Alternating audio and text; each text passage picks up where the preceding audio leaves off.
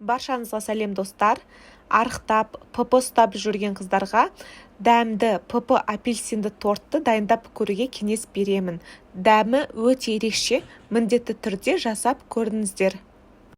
Ең алдымен ыдысқа 2 ақуыз, шым-шым тұз қосып, венчикпен ақ пена болғанша дейін миксерлейміз.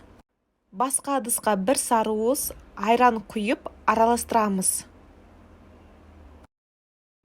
2 грамм қант алмастырғыш, ұнтақталған сұлы жарманы, қопсытқышты салып, венчикпен араластырамыз. Апельсиннің седрасын үкіштен өткіземіз, оны қамырға қосып, араластырамыз. Үстіне жаңағы ақуыздарды салып, күрекшемен астыдан үстіге қарай араластырамыз. Форманы сары маймен майладым.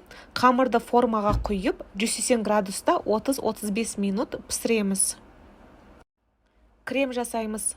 100 грамм қаймаққа 100 грамм сүзбелі ірімшікті, 3 грамм қант алмастырғышты салып, миксерлейміз.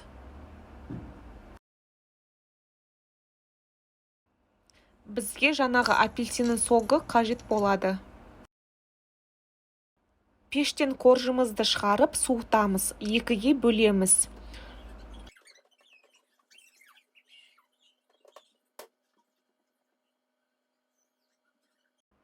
Видеода көрсетілгендей торт жинаймыз.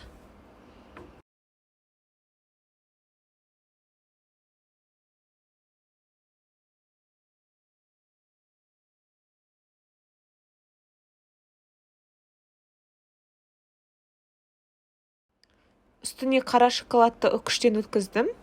Тоңазытқышта 1 сағат ұстадым. ПП апельсинді торт өте сәтті шықты деп айта аламын. Егер тәттіден бас тарта алмай жүрсеңіздер, оп-оңай қарапайым ингредиенттерден жасалатын ПП тортты дайындап көруге кеңес беремін. Астарыңыз дәмді болсын.